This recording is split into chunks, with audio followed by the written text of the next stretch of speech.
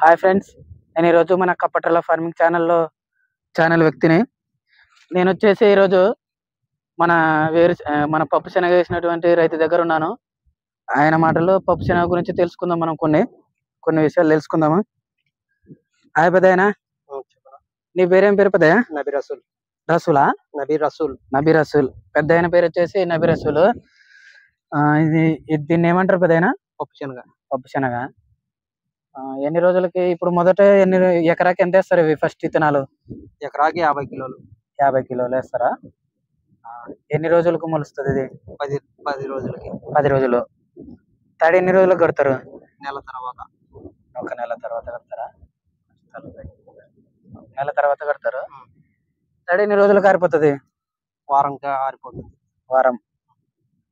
ఏమి దీని లాభం ఉంటది బాగా? దీంట్లో లాభం ఉంటుందని వేసినాం. మరి లాస్ట్ టైం ఏ పంట వేసినారు? పత్తి వేసినాం. లాస్ వచ్చిందా, నష్టం వచ్చిందా? పత్తి అయితే లాస్ వచ్చింది. వర్షాకాలం వల్ల పత్తి లాస్ వచ్చింది. మరి దీంట్లో అన్న లాభం వస్తుందని వేసినావా? లాభం వస్తుందని వేసినాము. భగవంతుడు ఉన్నాడు మన చేతిలో. ఎన్ని నెలలుగా చేస్తున్నావు వ్యవసాయం? నేను ఒక 10 సంవత్సరాల నుంచి చేస్తున్నాను. 10 సంవత్సరాలు. వ్యవసాయం వృత్తి అనేది? వ్యవసాయము ప్లస్ సెంటరింగ్ రెండు చూసుకుంటున్నావు. ఇంకా ఏమేమి చేస్తాను? ఇంకంతేనా, మనం రెండు వ్యవసాయం, సెంటరింగ్. ఎక్కువ ఏ పంట వేస్తాను? పత్తి. పోయిన సంవత్సరం ఎంత వచ్చింది? పోయిన సంవత్సరం 50 క్వింటాలు అయింది. ఈ సంవత్సరము 36 క్వింటాలు అయింది. 5 ఎకరాలు. సరే, మాకు కొంచెం వేరుశెనగ గురించి మా ఛానల్ పెట్టుకున్నాము. కొంచెం వేరుశెనగ గురించి చెప్పండి పెద్దయ్య. కొంచెం వేరుశెనగ బాగుంటుందని ఈ సంవత్సరం వేసినాము. వర్షాల ప్రభావము ఎక్కువ ఉంటుందని, దానివల్ల బాగుంటుందని దానికి వేసినాము. ఎకరాకి ఎంత దిగుబడి వస్తుంది? ఎకరాకి 12,000 ఖర్చు వస్తుంది. 12,000. మామూలుగా ఎన్ని క్వింటాలు వస్తుంది? ఇది ఒకరు 6-8 అంటున్నారు. మనకైతే ఇంకా క్లారిటీ తెలియదు దీని గురించి. రేట్లు ఎంత ఉంటాయి? మార్కెట్ రేట్లు? రేట్ మొన్న కొన్నప్పుడు 5,800 క్వింటం. 5,800. మామూలుగా ఒక ఎకరాకి ఎంత లాభం వస్తుంది నీకు? వస్తే ఎకరాకు ఒక 10 రావాలా. నీకు మొత్తం పొలం ఎంత ఉంది? 5 ఎకరాలు. 5 ఎకరాలు ఇది వేసినా? 4 ఎకరాలు వేసినా. ఒక ఎకరా చవలకాయ వేసిన. కొంచెం గట్టిగా తలెత్తున్నారు. 4 ఎకరాలు వేసినా. ఒక ఎకరా చవలకాయ వేసిన. చవలకాయ ఎక్కడ ఉంది? చవలకాయ ఆ మేరన ఉంది. నీది బోరా లేకపోతే కాలువనా? కాలువ నీళ్ళు. ఎకరాకి ఫస్ట్ 4,000 రూపాయలు అయ్యేదే. 4,000 రూపాయలు అయ్యేదే. గలాలు 5 గలాలు 2,000 లెక్క. 2,000 లెక్క. అందులో మందులు 4 మూటలు వేసినాం. 4 మూటలు మందులు. ఇంకా కూలర్లు ఇప్పుడు నుండి కూలర్లు మనకి నీళ్ళు కట్టినాక. అందులోనే వచ్చేసి ఎకరాకి 4. కోయడానికి కూలర్ కలుపుకి ఎంత ఖర్చు అవుతుంది? ఎంత ఖర్చు అవుతుంది? 300 లెక్క. 1200 కోసేకి పెరికేకి. దీనికి ఎకరాకి వచ్చేసి ఒక 6 మంది ఉంటారు. 6 మంది. 4 ఎకరాలకి లెక్క. అదే ఎంత కూలి? అది 300 లెక్క. 350 వేసుకుంటారు దాన్ని, పులుపు కాబట్టి. అవి ఒక 3 1800. 1800 మనం ఎత్తేసేకి ఒక దాదాపు అంటే ఒక 12 మంది పడతారు. 12 మంది. అవి 300 లెక్క. ఒక ఎకరా ఒక 20,000 వరకు వస్తుందా పెట్టుబడి? వస్తుంది శనగకి. ఒక ఎకరా 20,000 వరకు. మీకు అప్పుడే ఎంత లాభం వస్తుంది? ఎంత లాభం వస్తుంది అనేది తెలియదు. మనం ఫస్ట్ వేసినాము. మొదట వేసినారు? తెలియకుండా మొదట వేసినారు. వేసుకుంటే బాగుంటది రాగడి కదా అని వేసుకున్నాం. ఈ భూమికి విత్తనమేనా సరిపోయేది? ఇది మినుములు. ఈ రాగడికి రాగడులు మంచి సారవంతమైన భూములు అంటారు కదా, మొక్కజొన్న. అందుకే శనగలు వేసినారు. ఇక్కడ మొక్కజొన్న వేసినారు, పక్కన మినుములు వేసినారు. గిన్నె పట్టించేది వచ్చేసి దానికి ఎకరాకి 1000 రూపాయలు లెక్క ఉంటది. మిషన్ మిషన్ మిషన్ మరి మిషన్ కూలీలు వేసేకి ఒక 10 మంది కావాలా. అది మొత్తానికి వచ్చేసి రైతు కంటే కష్టమే.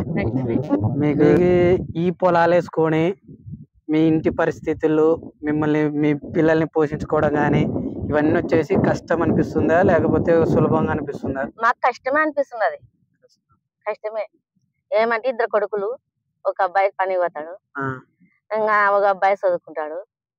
ఇంకా పిల్లోనికి వచ్చేసి నెలకు వచ్చేసి 5,000 తీసి పెట్టాలి. ఆయనకి చదువుకి 5,000 తీసి పెట్టాలా. పొదుపుకు ఒక 4,500 తీసి పెట్టాలి. అన్ని తీసి పెట్టేసి వచ్చేసి మళ్ళీ లాస్ట్ కి పెట్టుబడికి రావాలి. ఆ పెట్టుబడి మీరు ఎట్లా సంపాదిస్తారు? పెట్టుబడికి అప్పేనా తెచ్చుకుంటాం. మరి ఈ పొలం పండించిన తర్వాత అప్పు కట్టుకుంటాం. ఒకవేళ మీకు రాకపోతే ఇంకా నిలబడిపోతుంది. అది అప్పు నిలబడిపోతుంది.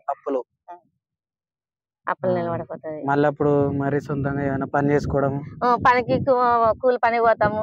మా ఆయన బేల్దారి పనికి పోతాడు, మా పెద్దోడు కానీ బేల్దారి పనికి పోతాడు. ఇంకా చిన్నోడు వచ్చేసి చదువుకుంటాడు. ఒక అమ్మాయి ఉంది.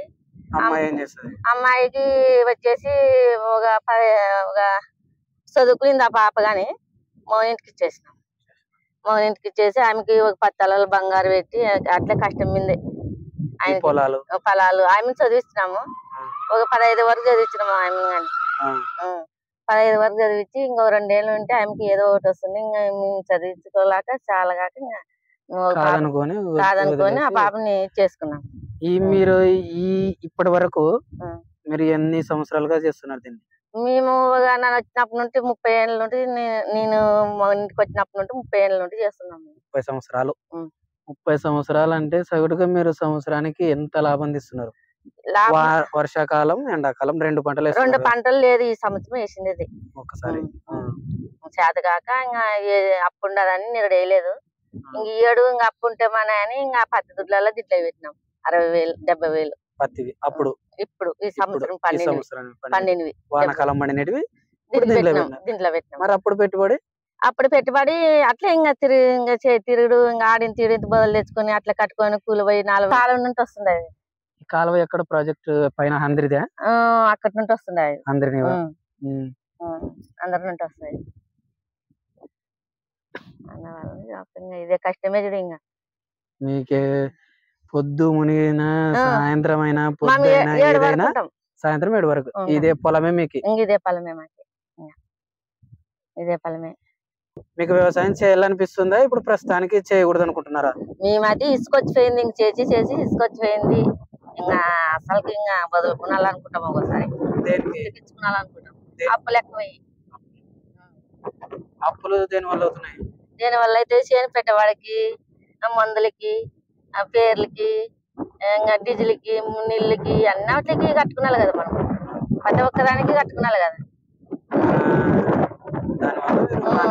మానుకునాలనుకుంటుంటాము. ఒకసారి మన చేను మనకు తప్పదు కదా, ఇస్తే బీడ్ అవుతుంది కదా అని మేము అట్లా చేసుకుంటాం. మరి వదిలిపెట్టలేము కదా అని చేసుకుంటున్నాం. చేను ఉండి వదిలిపెట్టుకొని పనికి పోతాడు కదా, మంది పరిస్థితి అంటారని మేము అట్లా అప్పులైనా కానీ మేము అట్లా చేసుకుంటూ పోతుంటాం. చాలా మంది పొలాల్లో నష్టం వచ్చి చేన్లు వదిలేసి వలసలు పోతారు కదా, వాళ్ళది మేలా లేకపోతే మీది మేలా? వాళ్ళదే మేలు. ఇవే డబ్బు సంపాదించుకుంటారు, ఇంత వద్దు పెట్టుకుంటారు. మంగా తెచ్చుకున్నల్లా చేనులో పెట్టుకున్నల్లా అప్పులు చేసుకున్నల్లా. మరి మీరే ఎందుకు చేన్లు చేయడం? చేన్లు చేయాలంటే ఇంకా తప్పదు కదా, మనం చేసుకోకుండా. తప్పదు. మీ అభిప్రాయం చేన్లు వదిలిపెట్టి వెళ్ళలేము మేము. మరి మొత్తం లాస్ట్ కి మీకు అంత పంట అన్ని పోను లాభపడతారా నష్టపోతారా? అది లాభం వస్తుందో నష్టం వస్తుందో చేస్తాము. చేసే తీరులో అది రేట్ ఎంత ఉంటది ఎంత లేదో మనకు తెలియదు కదా. మార్కెట్ కేసిపోయినాక ఆడ రోజు అనుగుణంగా అవి